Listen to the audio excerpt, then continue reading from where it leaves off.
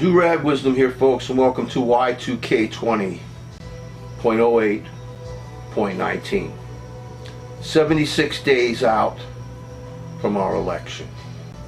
Music today in the background is courtesy of James Newton Howard, Grand Canyon. Kevin Costner's The Postman was obliterated by the critics as one of the worst, most stupid movies ever made. They mistakenly said the same thing about Michael Cimino's masterpiece, Heaven's Gate. There happens to be a restored, director's approved edition of this latter picture available on Criterion. The Postman, on the other hand, may never reach that Criterion pinnacle, but like Heaven's Gate, The Postman also deserves reconsideration now, especially since the he-cup president of the United States is trying to destroy our post office.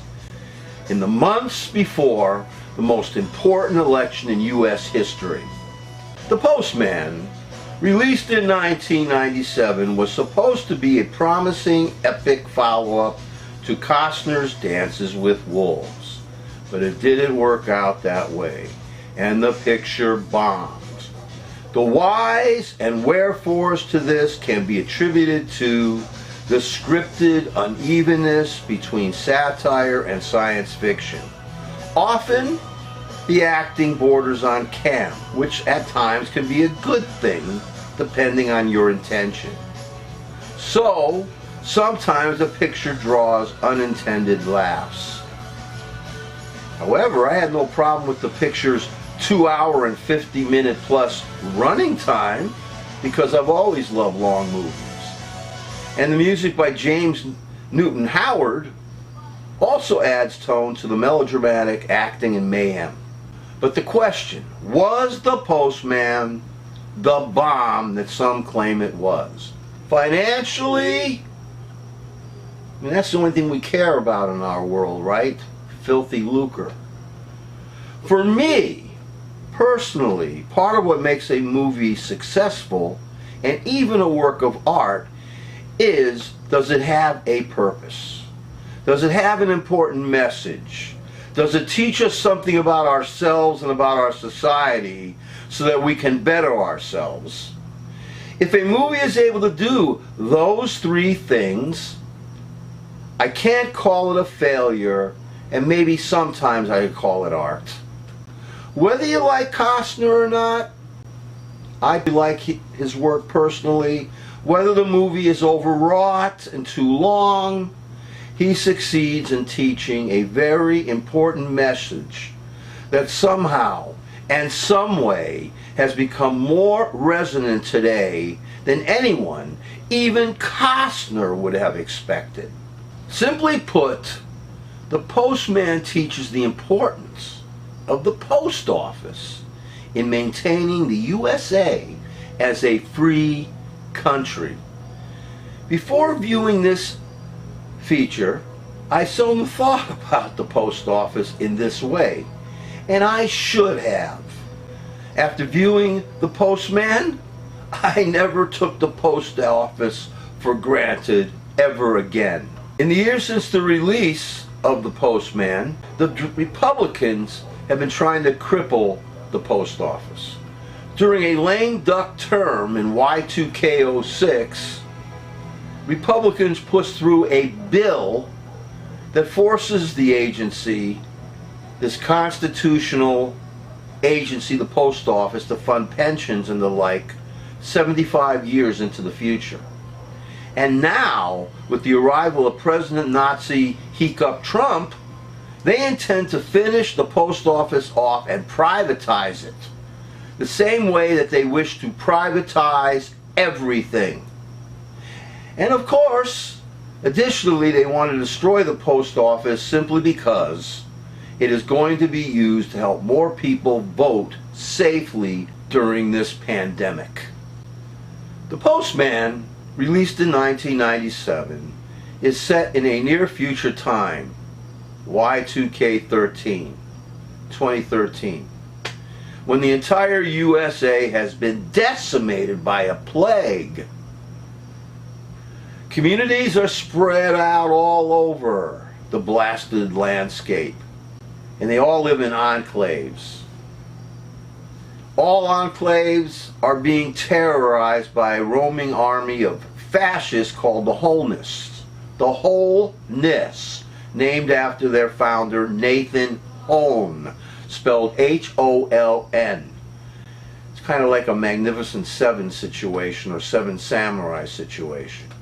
They are now led, this group, the Holnists, by Bethlehem, an ex-salesman and dynamic, well-read demagogue. He is played with scene-chewing vigor by Will Patton. Kevin Costner, who directs the picture, plays the title character, who sometimes is known as Shakespeare, or ultimately the Postman. When we first meet Costner's character, he is an itinerant performer of scenes from said Shakespeare, and attempting to raise money so he can simply eat and survive. Unlucky for him, during one of his visits to a particular enclave, he is kidnapped by the Holnists and drafted against his will into an army that Bethlehem also calls the Klan. This villainous group and their leader perform the requisite indignities on our hero, including killing his mule, Jake, and feeding the mule to Costner's character in a soup. They burn a tattoo 8 into his arm, representing the Holnist deadly law of 8. Eventually, Costner's character escapes and finds himself taking shelter from rain and cold inside a destroyed postal truck and sitting next to a skeletal remains of a postal worker. The desperate man takes the corpse's coat, and later, sitting next to a small fire he made, Costner's character has a good laugh over the undelivered mail until he gets to one that has a child's baby tooth in it. When next we see this character, he is fully dressed as a postman, as is attempting to deliver mail to him, quote unquote, to an enclave where he is met with suspicion and fear. After all, this could be a trick by the Holnists. Costner's character, ever the actor, claims that he represents the restored United States of America under a fictional president, Starkey, and demands to be let in so that he can deliver the mail. It turns out that someone who lives there in this enclave has been sent a letter.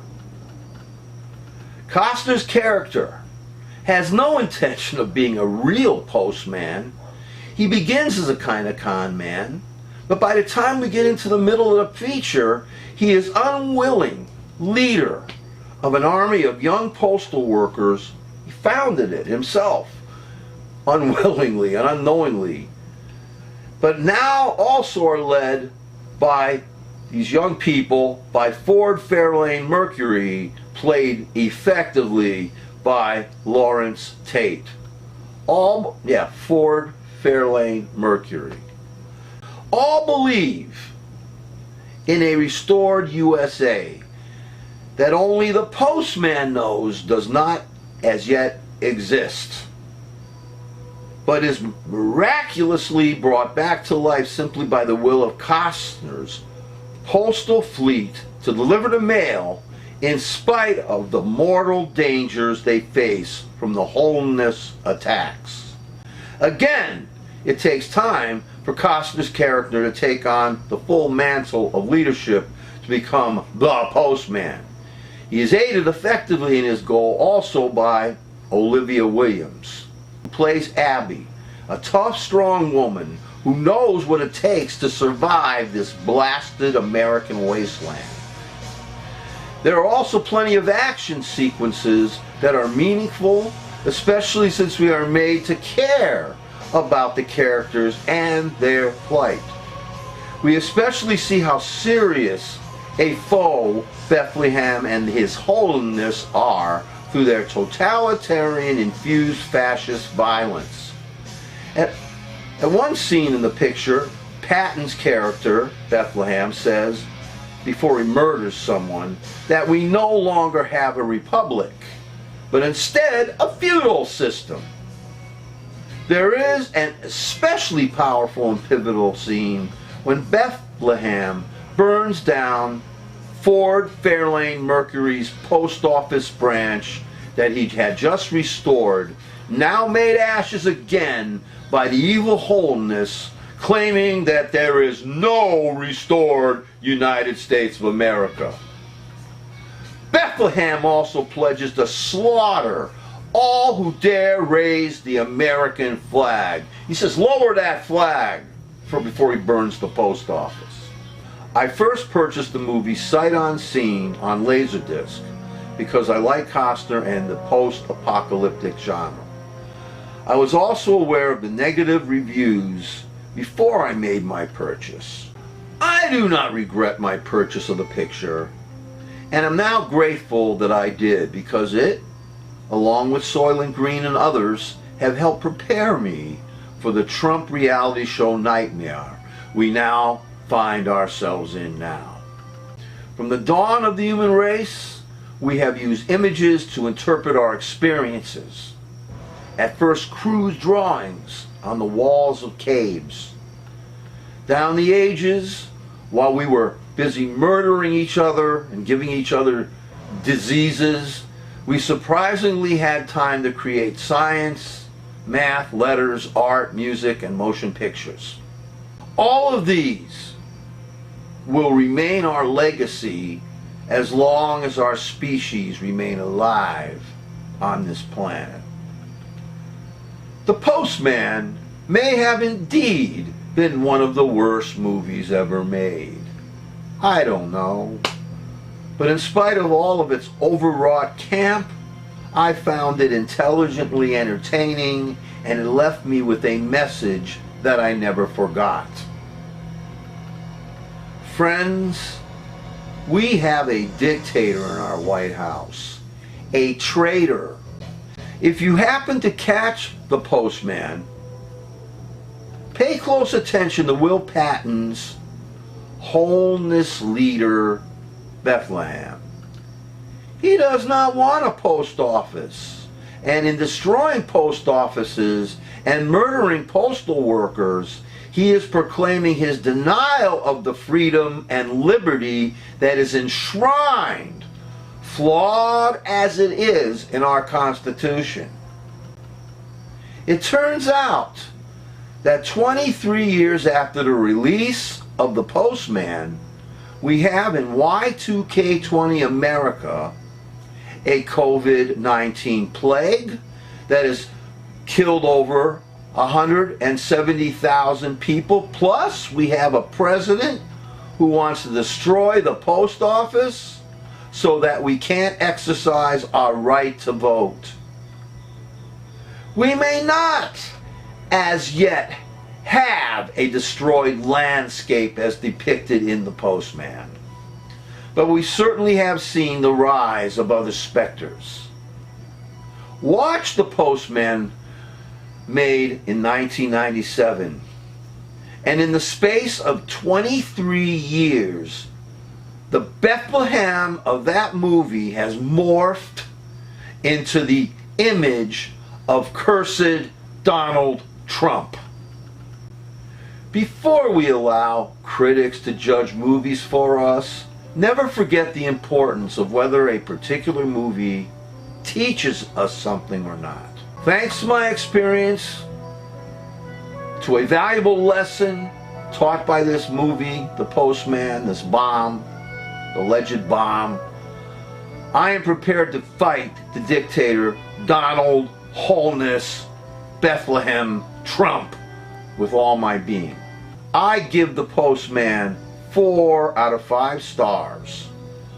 See it, use it, preserve our way of life, and protect our public, non-privatized, constitutional post office, a foundation of our democratic republic.